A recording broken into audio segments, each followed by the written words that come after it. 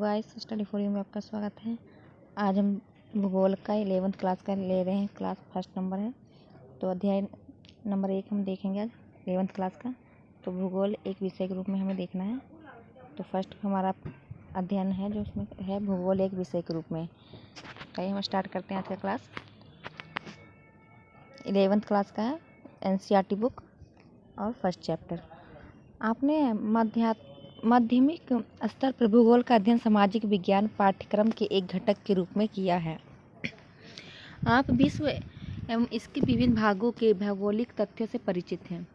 आप भूगोल का अध्ययन एवं एक स्वतंत्र विषय के रूप में करेंगे तथा पृथ्वी के भौतिक वातावरण, मानवीय क्रियाओं एवं उनके अप्रकृत्यात्मक संबंध के विषय में जानकारी प्राप्त करेंगे। यहाँ आप एक प्रासंगिक प्रश्न पूछ सकते हैं कि हमें भूगोल क्यों पढ़ना चाहिए। हम धरातल पर रहते हैं। हमारे जीवन हमारे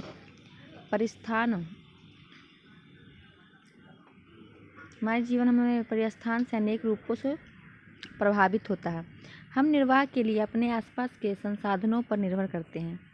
आदिम समाज अपने भरण पोषण के लिए प्राकृतिक निर्वाह संसाधनों जैसे पशुओं एवं खाद्य पौधों पर आश्रित था। समय बीतने के साथ हमने तकनीकों का विकास किया तथा प्राकृतिक संसाधनों यथा भूमि, मृदा, जल का उपयोग करते हुए अपना आहार उत्पादन प्रारंभ किया। हमने अपने भोजन की आदतों एवं वस्त्रों की मौसमी दशाओं के अनुरूप समायोजित किया। ध्यातव्य है कि प्राकृतिक संसाधन के आधार, तकनीकी विकास, भौतिक वातावरण के साथ अनुकूलन एवं उसका परिष्करण सामाजिक संगठन तथा सांस्कृतिक विकास में विभिन्नता पाई जाती है। भूगोल के एक छात्र के रूप में आपको धरातल पर विभिन्नता वाली सभी सत्यों के विषय में जानने के लिए उत्सुक होना चाहिए। आप विविध प्रकार की भूमि एवं लोगों से परिचित हैं। आप भी समय के साथ होने वाले परिवर्तनों को समझने में रुचि रखते होंगे। भूगोल आपको विविधता समझने तथा समय एवं स्थान के संदर्भ में ऐसी विभिन्नताओं को उत्पन्न करने वाले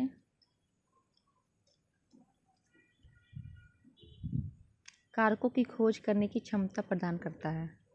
इससे आप में मानचित्र में परिवर्तित ग्लोब को समझने तथा धरातल के दृश्य ज्ञान की कुशलता विकसित होती है। आधुनिक वैज्ञानिक टेक्निक यथा भौगोलिक सूचना तंत्र GIS, संगणक मानचित्र कला, कंप्यूटर कार्टोग्राफी के रूप में प्राप्त ज्ञान एवं कुशलता को आपको राष्ट्रीय स्तर विकास में योगदान करने की योग्यता से लैस करती है। आप अगला प्रश्न पूछना चाहेंगे कि भूगोल क्या है। आप जानते हैं कि पृथ्वी हमारा आवास है। यह पृथ्वी पर रहने वाले अन्य छोटे बड़े प्राणियों का भी आवास है। पृथ्वी की सतह एक रूप नहीं है। इसके भौतिक स्वरूप में भिन्नता होती है। यहाँ पर्वत है, पहाड़ियाँ हैं, घाटियाँ हैं, मैदान है, पठार, समुद्र, झील, रेगिस्तान, वन एवं उजाड़ क्षेत्र मिलते हैं। यहाँ सामाजिक एवं सांस्कृतिक तत्वों में भी भिन्नता पाई जाती है। जो सांस्कृतिक विकास की पूर्ण अवधि में मानव द्वारा सृजित ग्रामों, नगरों, सड़कों, रेलों, पत्तनों एवं बाजारों एवं मानव जनित अन्य कई तत्वों के रूप में विद्यमान है। उक्त भिन्नता में भौतिक पर्यावरण एवं सांस्कृतिक लक्षणों के मध्य संबंधों को समझने का संकेत निहित होता है। भौतिक पर्यावरण एक मंच प्रस्तुत करता है जिस पर मानव समाजों ने अपने सृजनात्मक क्रियाकलापों का ड्रामा अपनी तकनीकी विकास से प्राप्त उपकरणों द्वारा मंचित किया है। अब आप पहले पूछे गए प्रश्न भूगोल क्या है का उत्तर देने का सक्षम प्रयास कर सकते हैं। अत्यंत सरल शब्दों में यह कहा जा सकता है कि भूगोल पृथ्वी का वर्णन है। सर्वप्रथम भूगोल शब्द का प्रयोग एरिस्टोस्थेनिस एक ग्रीक विद्वान थे। उन्होंने 276 ईसा पूर्व से 194 ईसा पूर्व ने किया। यह शब्द ग्रीक भाषा के दो मूल जियो मतलब पृथ्वी एवं ग्राफ्स में वर्णन से प्राप्त किया गया है। दोनों के एक साथ रखने पर इसका अर्थ बनता है पृथ्वी का वर्णन। पृथ्वी को सर्वदा मानव के आवास के रूप में देखा गया है और इस दृष्टि से विद्वान लोगों को मानव के निवास के रूप में पृथ्वी का वर्णन परिभाषित करते हैं। आप इस तथ्य से तो परिचित ही हैं कि यथार्थता बहुत आयामी होती है तथा पृथ्वी भी बहुत आयामी है। इसलिए अनेक प्राकृतिक विद्वान जैसे भौमिकी, मृदा विज्ञान, समुद्र विज्ञान, वनस्पति शास्त्र, जीवन विज्ञान, मौसम विज्ञान तथा अन्य सह विज्ञान, सामाजिक विज्ञान के अनेक विषय हैं जैसे अर्थशास्त्र, इतिहास, समाजशास्त्र, राजनीतिक विज्ञान, नृविज्ञान इत्यादि धरातल की वास्तविकता के विभिन्न पक्षों का अध्ययन करते हैं।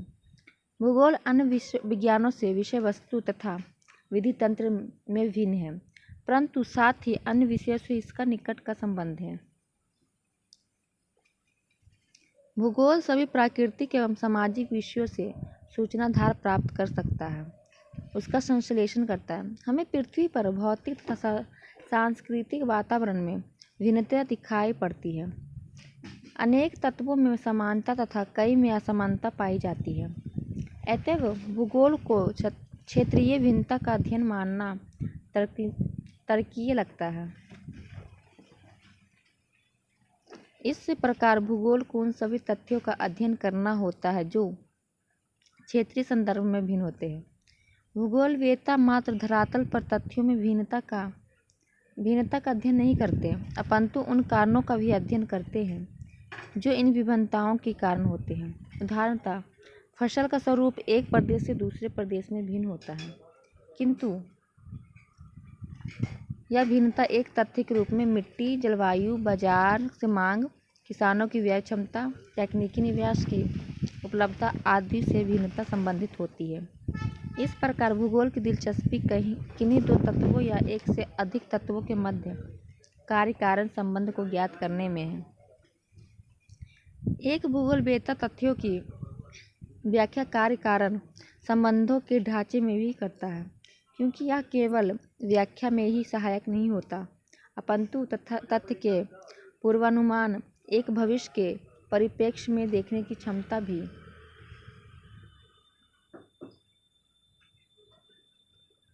रखता है। भौतिक तथा मानवीय दोनों प्रकार के भौगोलिक तथ्य स्थैतिक नहीं अपितु ज्ञात्यात्मक होते हैं। वे सतत परिवर्तनशील पृथ्वी तथा अथक एवं निरंतर सक्रिय मानव के बीच आबद्ध प्रक्रियाओं के फलस्वरूप कालांतर में परिवर्तित होते रहते हैं। आदिम मानव समाज अपने निकटतम पर्यावरण पर सीधे तौर पर निर्भर करता था। जो आदिम मानव थे वो अपने समाज पर सीधे निर्भर करते थे। अब ऐसा नहीं है। भूगोल इस प्रकार प्राकृतिक तथा मानव के समग्र इकाई के रूप में अतः प्रक्रिया के अध्ययन से संबंधित है। मानव प्रकृति का एक अग्रभूत भाग है, तब वह प्रकृति पर आसानी छाप छोड़ता है। प्रकृति मानव जीवन के विभिन्न पक्षों को प्रभावित करती है। इसकी छाप उसके वस्त्र, आवास, व्यवसाय आदि पर देखी जा सकती है।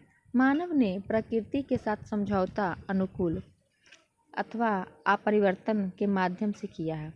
जैसा कि आप जानते ही हैं कि वर्तमान समाज आदिम समाज की आस्था पार कर चुका है। उसने तकनीकी खोज एवं प्रयोग द्वारा अपने अस्तित्व के सन्निकट परिवेश तो प्राकृतिक परिवर्तन को अपरिवर्तित कर प्राकृतिक संसाधनों को समुचित उपयोग करते हुए अपने कार्य क्षेत्र के क्षितिज में परिवर्तन कर लिया है। तकनीकी के क्रमशः विकास के साथ साथ मानव अपने ऊपर भौतिक पर्यावरण के द्वारा कसे हुए बंधन को ढीला करने में सक्षम हो गया है। तकनीकी ने श्रम की कठोरता को कम कर श्रम क्षमता को बढ़ावा दिया है। अवकाश का प्रावधान करते हुए मानव को उच्चतर आवश्यकताओं को पूर्ण करने का अवसर दिया है। उससे उत्पादन के पैमाने एवं श्रम की गतिशीलता में भी वृद्धि हुई है। भौतिक वातावरण एवं मानव के अन्योन्यक्रिया को एक कवि द्वारा संक्षेप में मानव एवं ईश्वर के बीच भिन्न वार्तालाप के माध्यम से व्यक्त किया गया है। आपने मिट्टी का सृजन किया, मैंने कप का निर्माण किया। आपने रात्रि का सृजन किया, मैंने दीपक बनाया। आपने बंजर भूमि, पहाड़ी भूभाग एवं मरुस्थलों का सृजन किया, मैंने फूलों की क्यारी तथा बाग बगीचे बनाए। प्राकृतिक संसाधनों का प्रयोग करते हुए मानव अपने सृजनात्मक योगदान का दावा करता है। तकनीकी की सहायता से मानव आवश्यकता की आस्था से स्वतंत्रता की ओर अग्रसर हुआ है। उसने सर्वत्र अपनी छाप छोड़ी तथा प्रकृति के सहयोग से नई संभावनाओं का सृजन किया। हमें मानवीकृत प्रकृति तथा प्राकृतिक प्रभावित मानव के दर्शन होते हैं। भूगोल इसी अंतर प्रक्रियात्मक संबंध का अध्ययन करता है। परिवहन एवं संचार के साधनों के जाल तथा पदानुक्रमणिक केंद्रों के माध्यम से क्षेत्र समाकलित और संगठित हो गया। एक सामाजिक विज्ञान के रूप में भूगोल इसी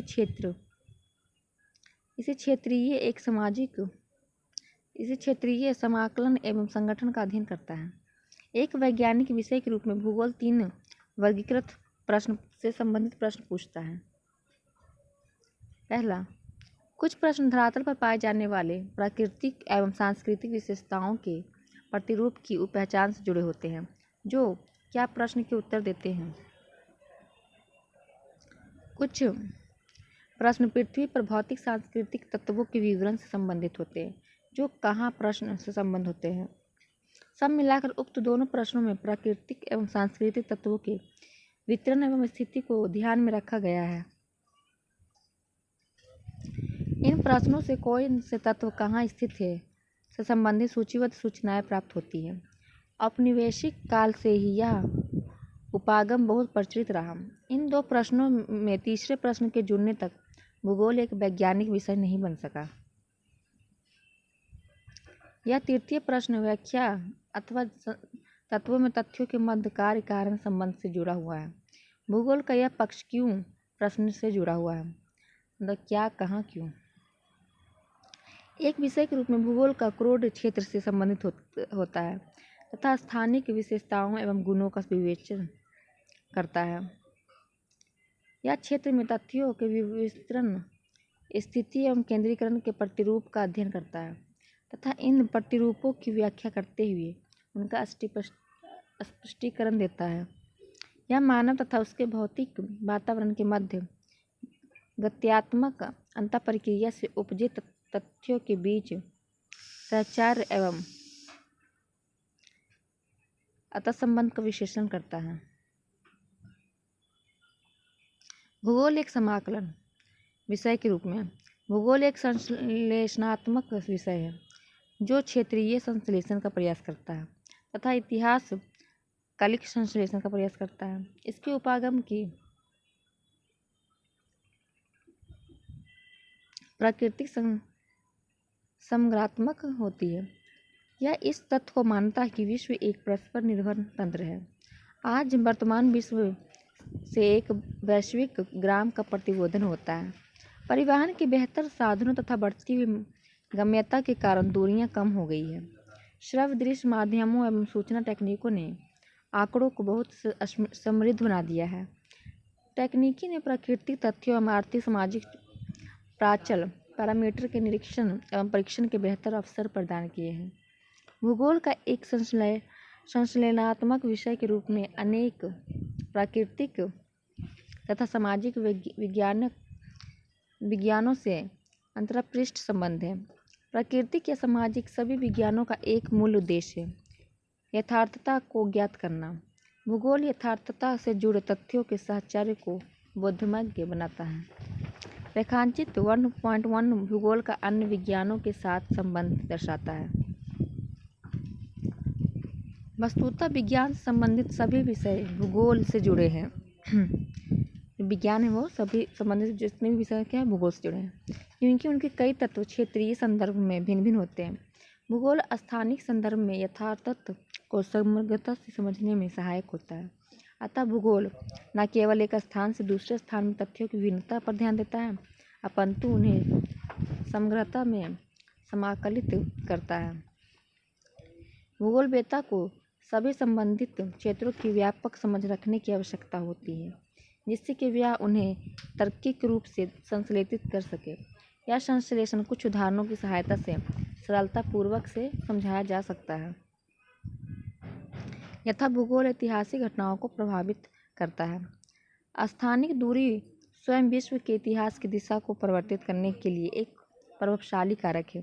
क्षेत्रीय विस्तार लड़ाई के दौरान, विशेषकर पिछली शताब्दी में, कई देशों के लिए सुरक्षा का साधन बना है। परंपरागत युद्ध में बड़े आकार वाले देशों ने अधिक स्थान छोड़कर समय का लाभ प्राप्त किया है। नए विश्व के देशों के चारों तरफ विस्तृत समुद्र द्वारा प्रदत्त रक्षा कवच उन्हें उनकी मिट्टी पर युद्ध होने से बचाता रहा है। यदि हम विश्व की प्रमुख ऐतिहासिक घटनाओं का विवेचन करें तो उनसे प्रत्येक की भौगोलिक व्याख्या की जा सकती है। भारत में हिमालय एक महान अवरोध के रूप में देश की रक्षा करता रहा है, परंतु उसमें विद्यमान दर्रों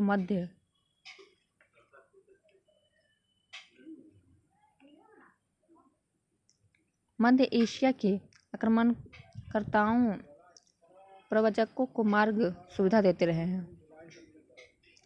समुद्री किनारे दक्षिण पूर्व एशिया, यूरोप तथा अफ्रीका से संपर्क को प्रोत्साहित करते रहे।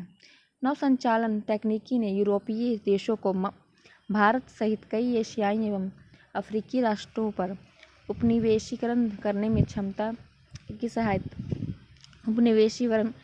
करने की सहायता की, क्योंकि उन्हें समुद्र के माध्यम से गम्यता मिली। भौगोलिक तत्वों द्वारा विश्व के विभिन्न भागों में इतिहास की धारा के अपरिवर्तन के अनेक उदाहरण मिलते हैं। प्रत्येक भौगोलिक तत्व समय के साथ परिवर्तित होता रहता है तथा समय के परिप्रेक्ष्य में उसकी व्याख्या की जा सकती है। भू-आकृति, जलवायु, वनस्पति, आर्थिक क्रियाएं, व्यवसाय एवं सांस्कृतिक विकास ने एक निश्चित ऐतिहासिक पथ का अनुसरण किया है। अनेक भौगोलिक तत्व विभिन्न संस्थानों द्वारा एक विशेष समय पर निर्णय लेने की प्रक्रिया के प्रतिफल होते हैं। उदाहरणतः आ स्थान व स्थान से 1500 किलोमीटर दूर है, जिसे विकल्प के रूप में यहाँ भी कहा जा सकता है कि आ स्थान से वह से 2 घंटा दूर है। यदि हवाई जहाज से यात्रा की जाए तो 17 घंटा दूर है। यदि तीव्रगामी रेल से यात्रा की जाए तो इसी कारण समय भौगोलिक अध्ययन के चतुर्थ आयाम के रूप में एक समाकल भाग माना जाता है। कृपया 3 अन्य आयामों के उल्लेख कीजिए। रेखांचित विभिन्न प्राकृतिक रूप एवं सामाजिक विज्ञान से भूगोल का संबंध प्रचुर रूप से चित्रित करता है। यह संबंध 2 खंडों में रखा जा सकता है: भौतिक भूगोल एवं प्राकृतिक विज्ञान। भौतिक भूगोल की सभी शाखाएं, जैसा कि रेखाचित्र में दर्शाया गया है, प्राकृतिक विज्ञान की अंतरापृष्ठ है। परंपरागत भौतिक भूगोल भौमिकी, मौसम विज्ञान, जल विज्ञान, मृदा विज्ञान से संबंधित है। इस प्रकार भू-आकृति विज्ञान, जलवायु विज्ञान, समुद्री विज्ञान, मृदा भूगोल का प्राकृतिक विज्ञान से निकट का संबंध है, क्योंकि ये अपनी सूचनाएं इन्हीं विज्ञानों से प्राप्त करते हैं। जैव भूगोल वनस्पति शास्त्र, जीव विज्ञान तथा पारिस्थितिकी विज्ञान से अत्यधिक निकटता से जुड़ा है, क्योंकि मानव विभिन्न स्थैतिक निकेत में निवास करता है।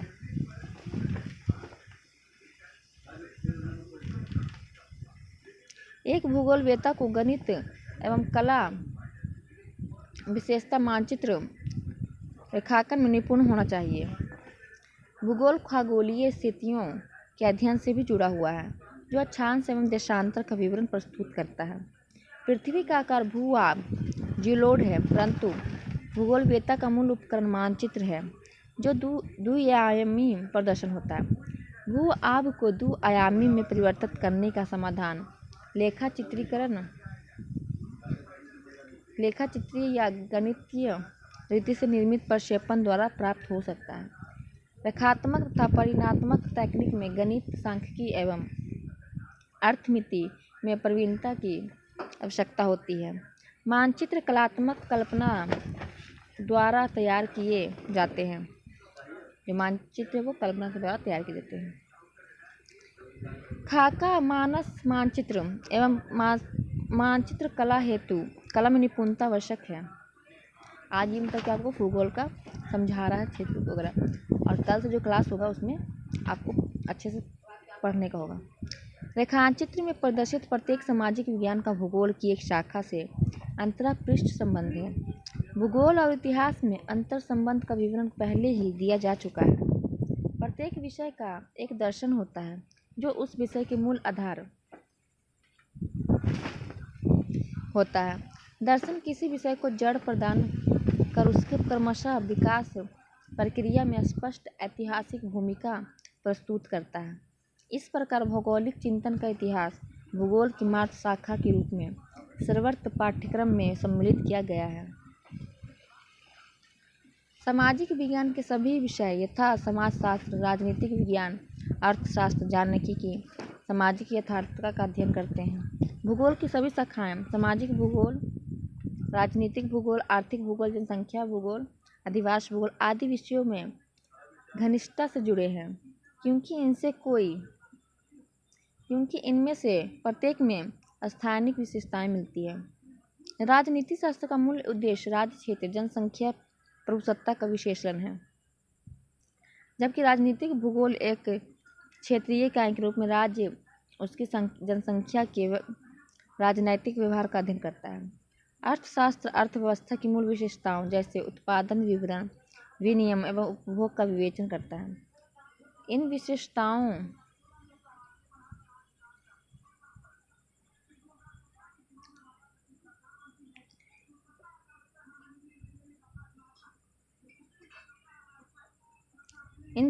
में से प्रत्येक का स्थानिक पक्ष होता है।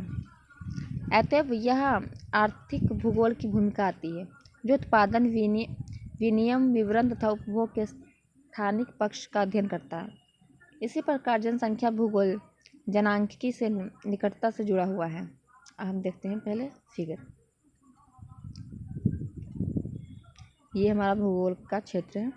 इतना सब है भूगोल में पढ़ने का। भूविज्ञान, भूआकृतिक विज्ञान, भूविज्ञान, जलवायु विज्ञान, मौसम विज्ञान में जलवायु विज्ञान पढ़ना है। जल विज्ञान समुद्री विज्ञान में है। मृदा विज्ञान में मृदा भूगोल है। वनस्पति विज्ञान में पादप भूगोल, प्राणी विज्ञान में प्राणी भूगोल है। पारिस्थितिकी विज्ञान मतलब साइंस और भूगोल दोनों क्या है, दोनों मिलता जुलता है। अब पारिस्थितिकी विज्ञान पढ़ेंगे तो उसमें मानव भूगोल आ जाएगा। पर्यावरण भूगोल पढ़ेंगे तो पर्यावरण विज्ञान है। सांस्कृतिक भूगोल पढ़ेंगे मानव शास्त्र है। भौगोलिक चिंतन पढ़ेंगे तो दर्शन शास्त्र। सामाजिक भूगोल पढ़ेंगे तो समाज शास्त्र है। ऐतिहासिक भूगोल पढ़ेंगे तो इतिहास। राजनीतिक भूगोल पढ़ेंगे तो राजनीतिक शास्त्र। जनसंख्या भूगोल पढ़ेंगे तो जनांकी। आर्थिक भूगोल पढ़ेंगे तो अर्थशास्त्र। आर्थिक सांख्यिकी पढ़ेंगे तो भूगोल के परिमाणात्मक। गणित एवं खगोलीय पढ़ेंगे तो गणित एवं खगोलीय भूगोल। भूविज्ञान पढ़ेंगे तो भूआकृतिक विज्ञान। तो सभी क्या है, सब विज्ञान में भूगोल में आते हैं जितने भी सब्जेक्ट वगैरह हैं। उपयुक्त विवेचना से स्पष्ट की कि भूगोल प्राकृतिक एवं सामाजिक विज्ञानों की घनिष्ठता से जुड़ा हुआ है। यह अध्ययन में विधि, तंत्र एवं उत्पादनों का अनुसरण करता है, जो इसे अन्य विषय से पृथक करता है। इसका अन्य विषय से प्रासंगिक संबंध होता है, जबकि अन्य सभी विषयों का अपना निजी विषय क्षेत्र होता है। भूगोल व्यष्टिपरण सूचनाओं के वहाव का अवरोध नहीं करता, जैसा कि शरीर की सभी कोशिकाएं एक झिल्ली द्वारा पृथक पहचान होती है, परंतु रक्त का वहाव अवरुद्ध नहीं होता। भूगोल वेत्ता का सहयोगी विषय से प्राप्त सूचनाओं एवं आंकड़ों का प्रयोग करते हुए क्षेत्र के परिप्रेक्ष्य में उसका संश्लेषण करता है। मानचित्र भूगोलवेत्ताओं का प्रमुख प्रभावशाली उपकरण होता है, जिसके माध्यम से क्षेत्रीय प्रतिरूप को प्रकाश में लाने के लिए सारणीबद्ध आंकड़ा दृश्य रूप में परिवर्तित किया जाता है। अब है भूगोल की शाखाएं, हम देखेंगे।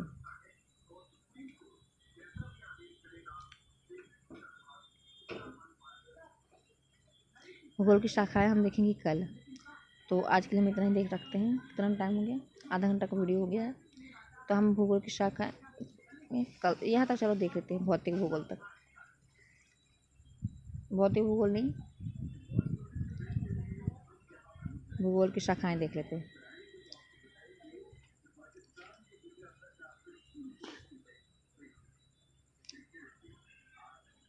पुनः स्मरण हेतु कृपया 1.1 का अध्ययन करें। इससे यह स्पष्ट प्रकट होता है कि भूगोल अध्ययन का एक अतिशीर्षपन विषय है। प्रत्येक विषय का अध्ययन कुछ उपनामों के अनुसार किया जाता है। इस दृष्टि से भूगोल के अध्ययन के दो प्रमुख उपागम हैं, विषय वस्तुगत एवं प्रादेशिक विषय वस्तुगत। भूगोल का उपागम वही है जो सामान्य भूगोल का होता है। यह उपागम एक जर्मन भूगोलवेत्ता अलेक्जेंडर वॉन हम्बोल्ट द्वारा प्रभावित किया गया है, जबकि प्रादेशिक भूगोल का विकास हम्बोल्ट के समकालीन एक दूसरे जर्मन भूगोलवेत्ता कार्ल रिटर, जो कि 1779 से 1859 द्वारा किया गया। विषय वस्तुगत उपागम में एक तथ्य को पूरे विश्व स्तर का अध्ययन किया जा सकता है। तत्पश्चात क्षेत्रीय स्वरूप, वर्गीकरण, प्रकारों की पहचान की जा सकती है। उदाहरणार्थ यदि कोई वस्तु वनस्पति के अध्ययन में रुचि रखता है तो सर्वप्रथम विश्व स्तर पर उसका अध्ययन किया जाएगा। फिर प्रकारात्मक वर्गीकरण, जैसे विषुवत रेखाएं, सदाबहार वन, नरम लकड़ी वाले कोनधारी वन, जो नरम लकड़ी मिलती है कोनधारी वन में, सदाबहार वन विषुवत रेखा पर, अथवा मानसूनी वन इत्यादि की पहचान, उनका विवेचन अथवा समाकलन करना होगा। प्रादेशिक उपागम में विश्व को विभिन्न पदानुक्रमिक स्तर के प्रयोगों प्रदेशों में विभक्त किया जाता है और फिर एक विशेष प्रदेशों में सभी भौगोलिक तथ्यों का अध्ययन किया जाता है। ये प्रदेश प्राकृतिक, राजनीतिक, निर्दिष्ट नामित प्रदेश हो सकते हैं। एक प्रदेश में तथ्यों का अध्ययन समग्रता से विविधता में एकता की खोज करते हुए किया जा सकता है। द्वैतवाद भूगोल की एक मुख्य विशेषता है। इसका प्रारंभ से ही विषय में प्रवर्तन हो चुका था। द्वैतवाद, जिसे द्वैतता अध्ययन में महत्व दिए जाने वाले पक्ष पर निर्भर करता है। पहले विद्वान भौतिक भूगोल पर बल देते थे, परंतु बाद में स्वीकार किया गया कि मानव धरातल समकालिक भाग है, वह प्रकृति का अनिवार्य अंग है। उसने सांस्कृतिक विकास के माध्यम से भी योगदान दिया है। इस प्रकार मानवीय क्रियाओं पर बल देने के साथ मानव भूगोल का विकास हुआ।